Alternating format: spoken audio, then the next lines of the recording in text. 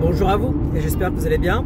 Aujourd'hui, je vous emmène encore avec moi sur la route. Je dois aller à Montréal. J'ai plusieurs choses à faire que j'ai marquées dans mon agenda. La première chose, c'est que je dois rejoindre un autre youtubeur, un entrepreneur, pour faire un podcast, pour parler un peu de la vie d'investisseur, pourquoi j'ai arrêté mon boulot que je faisais précédemment et quels sont les challenges que je vis au quotidien et un peu raconter un peu mon aventure tout simplement. C'est la première fois que je vais le voir et qu'on va faire une vidéo ensemble là-dessus et on va parler de l'immobilier en général et puis un peu du quotidien en fait d'investisseur. Likez, suivez la chaîne pour pouvoir voir cette vidéo là, je pense que ça va être très intéressant, surtout pour les personnes qui veulent se lancer, donc qui se demandent comment ça se passe l'investissement immobilier en général ou l'investissement au Canada en tant qu'immigré ou en tant qu'expatrié. Ça va être très intéressant. Il est assez tôt ce matin, je vous montre un peu la route. Ça c'est la route pour aller sur Montréal. Je me suis levé vers 5 h du matin et j'ai pris la route vers 5 h 30. Là il est bientôt 7 h du matin. Attention, je ne me suis pas fait violence pour me lever ce matin. C'est pas comme si je prenais des douches glaciales façon mindset pour avoir un mental de...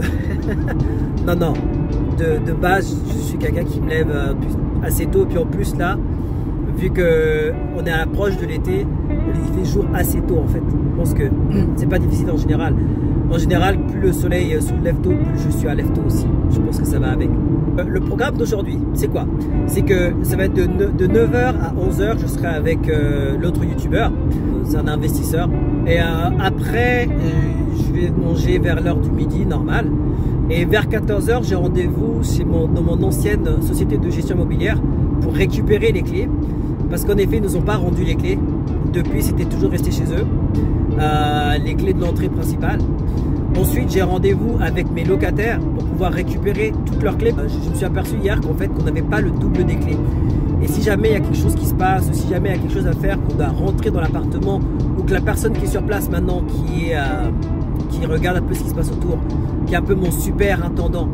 Super intendant, c'est une personne qui habite sur les lieux et qui veille un peu à ce que tout se passe bien en fait. Mais en fait, s'il y a quelque chose à faire, ce serait important qu'on puisse accéder aux appartements. Donc, puis en tant que propriétaire, vous devez avoir le double des clés des logements. Donc, je vais les récupérer, les clés, je vais faire un double des clés. Ça sera vers 14 h. Puis après, à 16 h 30, j'ai rendez-vous avec un entrepreneur général pour pouvoir inspecter tout le bâtiment. À savoir que ce bâtiment, c'est un bâtiment de 6 appartements. Chaque appartement a 3 chambres. Donc c'est un sixplex qu'on appelle ça ici. Donc le but de cette inspection, ce sera de pouvoir voir en fait qu'est-ce qu'il y aura à faire en termes de réparation et rénovation dans les années à venir, à court, moyen et long terme. Donc je serai avec l'entrepreneur général. Donc on va pouvoir un peu avoir une idée de ce qu'il y a à faire, mettre un budget par rapport à ça, histoire de prendre soin de ce bâtiment-là et puis de s'assurer que le bâtiment tourne bien et qu'il n'y ait pas de danger imminent ou à terme, savoir ce qui se passe et puis pouvoir anticiper. Je vais repartir à Montréal le mois prochain parce que vers le 16 ou 17 je crois juillet, ça reste encore indéterminé, parce que j'ai rendez-vous avec la ville là-bas pour les subventions. En effet, les travaux que je vais faire vont être subventionnés. D'ailleurs, si jamais vous vous posez la question c'est quoi les subventions, je vais mettre un lien ici qui va apparaître, qui va vous expliquer en détail. Pour faire rapidement ici, les subventions, c'est simplement quand vous avez, si vous êtes qualifié, vous avez des critères particuliers qui ne sont pas difficiles à avoir. La ville peut vous redonner de l'argent suite à vos réparations. J'en ai déjà fait à Gatineau et en fait, la ville vous rembourse 50% de vos réparations à hauteur maximum de 50 000. Là, je vais faire la même chose à Longueuil, sauf que là, c'est encore mieux. C'est-à-dire que si vous faites 100 000 $ de réparation, ils vous remboursent jusqu'à 75 000 $, ce qui est énorme. Ce sera ma matinée, encore une fois, c'était organisé, j'ai tout bien noté. J'ai même ma chemise qui est repassée sur le côté au cas où si j'ai besoin de changer ma chemise pour le podcast. Donc je vous filmerai un peu ça au fur et à mesure. Pour ceux qui ne me connaissent pas et qui me rejoignent en cours de route, mon nom est Julio, je suis un investisseur basé au Canada. Mon but, c'est de faire des vidéos orientées motivation, mindset et investissement afin qu'un maximum de personnes comme moi, parties de rien, puissent atteindre l'indépendance financière. Donc si vous aimez ce genre de contenu, n'hésitez pas à liker, vous abonner et partager un maximum autour de vous pour des personnes qui veulent savoir comment ça se passe l'investissement au Canada, pour des personnes qui veulent immigrer au Canada ou s'expatrier au Canada et qui veulent investir tout simplement, commencer l'investissement en évitant les pièges, en n'ayant plus peur de l'investissement et en prenant son avenir en main. Toujours la petite route parce que je vous emmène avec moi. Donc il fait très beau ce matin, c'est assez agréable, la route est claire, c'est un plaisir d'être sur la route. Et puis on se tient au courant. Très bientôt.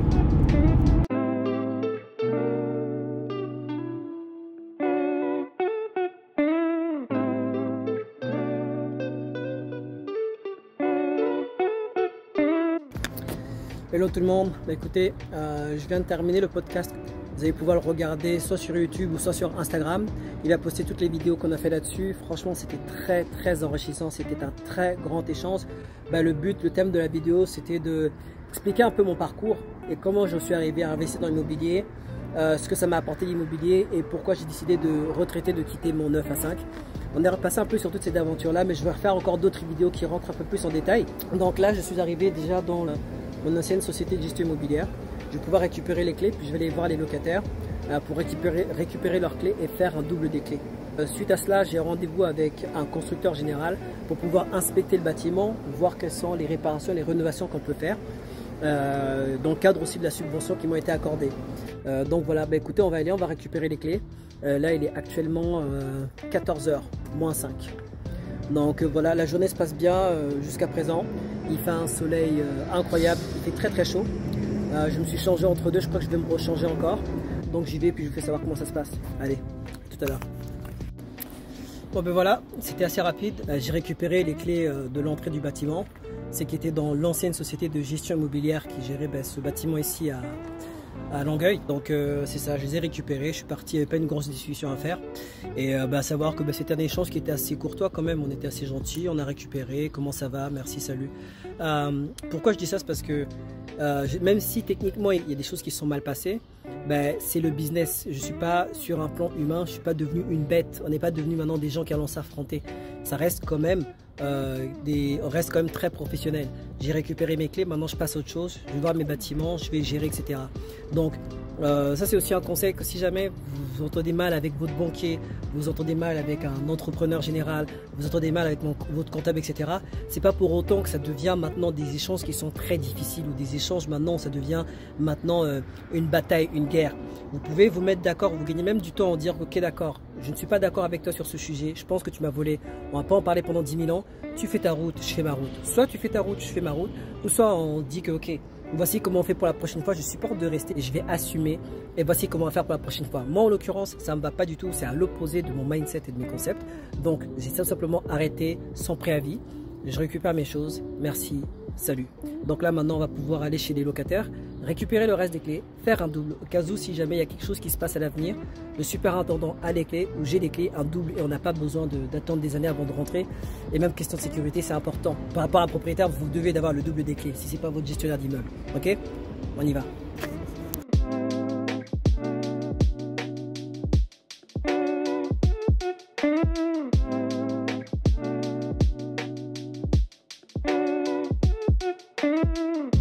Écoutez, une journée qui se termine pour moi, donc je vous parle ici pour faire le bilan.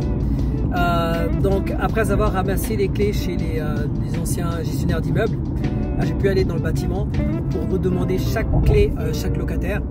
Ensuite avec ces clés, je suis parti à Rona qui a même pas 2 minutes de là en voiture. J'ai refait toutes les clés, je suis reparti, je leur ai donné à chaque locataire. Donc en tant que propriétaire, il faudrait que vous ayez un double des clés, parce que même si des locataires vous se demandent pourquoi vous voulez un double des clés, ça paraît un peu intrusif, mais est-ce que tu vas venir chez moi à l'improviste? Non, il faut leur dire qu'en tant que propriétaire, je vous mets la vue parce qu'elle est juste sublime. Vous voyez le centre-ville en même temps là. Donc comme je vous disais, en tant que propriétaire, quand vous avez des logements, il faudrait que vous ayez double des clés.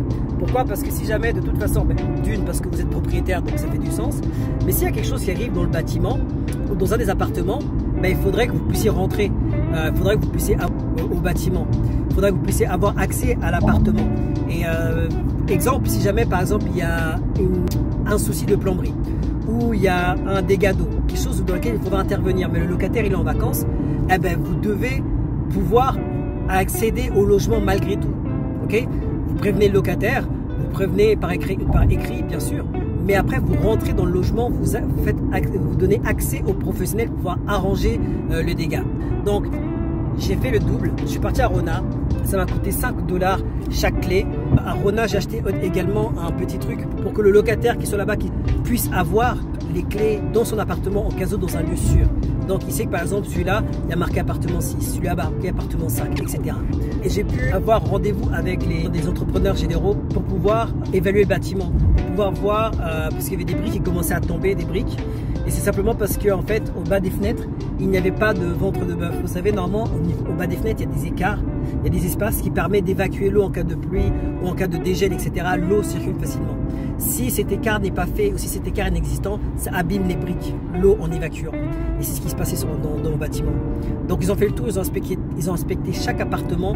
Mis à part ce souci-là ou mis à part cette chose-là, ils n'avaient absolument rien à noter. Et donc je suis content aussi parce que ça veut dire que le bâtiment est en très bon état.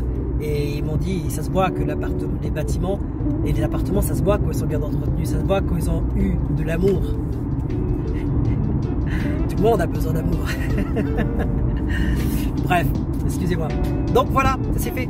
Et donc, c'est ça qui a été fait et j'en suis très très content, je suis très satisfait. Comme je vous disais la dernière fois, là quand je fais des réparations, quand je fais des choses comme ça, je me fais déplacer par un camion, désolé pour l'ombre. Quand je fais des choses comme ça dans le planning de la journée, encore une fois j'ai tout noté. Donc si vous avez quelque chose comme ça à faire, n'hésitez pas à tout noter. De la veille, 2-3 jours avant, une semaine avant, pour pouvoir faire en sorte de ne rien manquer, pour pouvoir faire en sorte que chaque chose soit pris, que vous ayez pris soin de chaque chose. Parce que là par exemple je suis parti à Montréal, c'était à 2h30 de route de là où j'habite. Mais si vous faites cette route-là et que vous vous rendez compte que vous avez oublié quelque chose, ou vous vous rendez compte que vous n'avez pas fait quelque chose, c'est assez agaçant. Et là, il faut compter sur une autre fois pour revenir, et ça m'est déjà arrivé. Et je vous parle en connaissance de cause, c'est comme ça qu'on apprend. Donc, j'avais tout noté sur mon agenda. Tout noté. Les clés, envoyer des courriels, s'assurer qu'ils ont tous reçu le courriel, contacter le constructeur général, faire ceci, faire cela. Le podcast que j'ai fait avec Uriel Bigot. Dites-moi si vous connaissez, allez voir sa chaîne, elle est aussi, c'est incroyable ce qu'il fait, c'est vraiment de toute beauté. En tout cas, moi j'aime beaucoup, on a plus ou moins le même mindset et la même façon de faire. En tout cas, c'est quelqu'un qui m'impressionne beaucoup. N'hésitez pas à aller voir la chaîne, la vidéo qui va sortir qu'on a faite, elle est juste incroyable. Il a un message aussi très bon à faire passer et j'aime beaucoup ce qu'il fait, c'est fou. Là, je suis un peu en sueur, là, je suis désolé. Il fait super chaud, et là j'ai gardé les fenêtres fermées pour bien pouvoir parler là, parce que si les fenêtres étaient ouvertes, vous entendriez que du vent ou la route. Et je vous avais dit que je m'étais levé à 5 h du matin.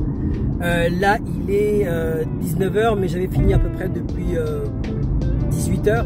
Donc là c'est le temps de reprendre la route. Je vais passer prendre un truc à manger en même temps sur la route. Et j'ai mis dans mon itinéraire, j'ai rajouté juste un stop avant d'arriver chez moi. Et voilà, donc une journée qui s'est bien passée. C'est une journée qui m'a fait plaisir. J'ai encore une fois avancé tout ce que je devais faire. Je me suis assuré que tout était bien entretenu, tout était bien maintenu. La communication avec les locataires est au top. Waouh, je suis désolé pour... j'ai l'air tellement mouillé. Je suis désolé. Et ben voilà, vous avez vu, je transpire pour mon business. Je transpire pour mes bâtiments. Vous voyez, je mouille le maillot, littéralement. Bref. Donc c'était une journée où je me suis levé à 5 h du mat, comme je disais. Et là je vais me coucher peut-être quoi, allez vas-y, on va dire à 10h, 10h30 je vais me coucher. Mais en tout cas, ça m'a fait plaisir. Je n'ai pas senti que je travaillais. Je n'ai pas senti que j'étais dans des difficultés ou dans des galères, etc.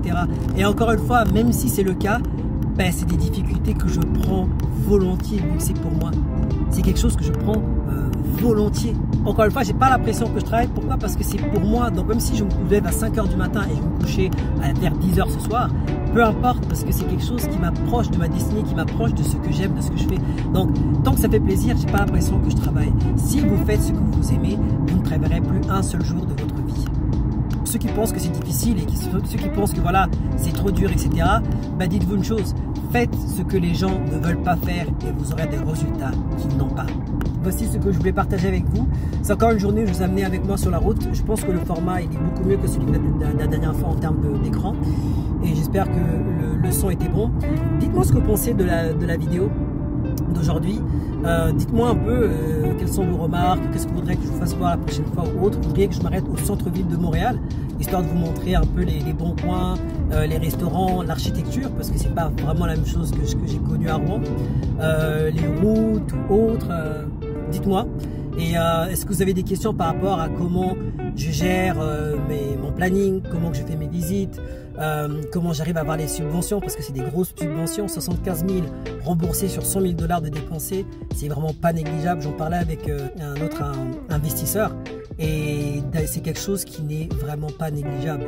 Donc au lieu de mettre 100 000 dans un bâtiment, si jamais tu peux te permettre de mettre 25 000 dans un bâtiment et garder le reste pour investir autre part, qui dit non?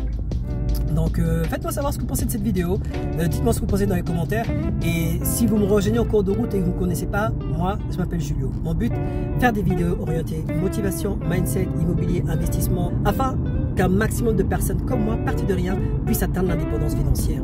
Si tu aimes ce genre de contenu, rends-toi en service, like, abonne-toi et partage cette vidéo à toutes les personnes qui veulent commencer à investir en immobilier, qui veulent atteindre l'indépendance financière ou qui veulent simplement immigrer et voir ce qui se passe de l'autre côté de la peur.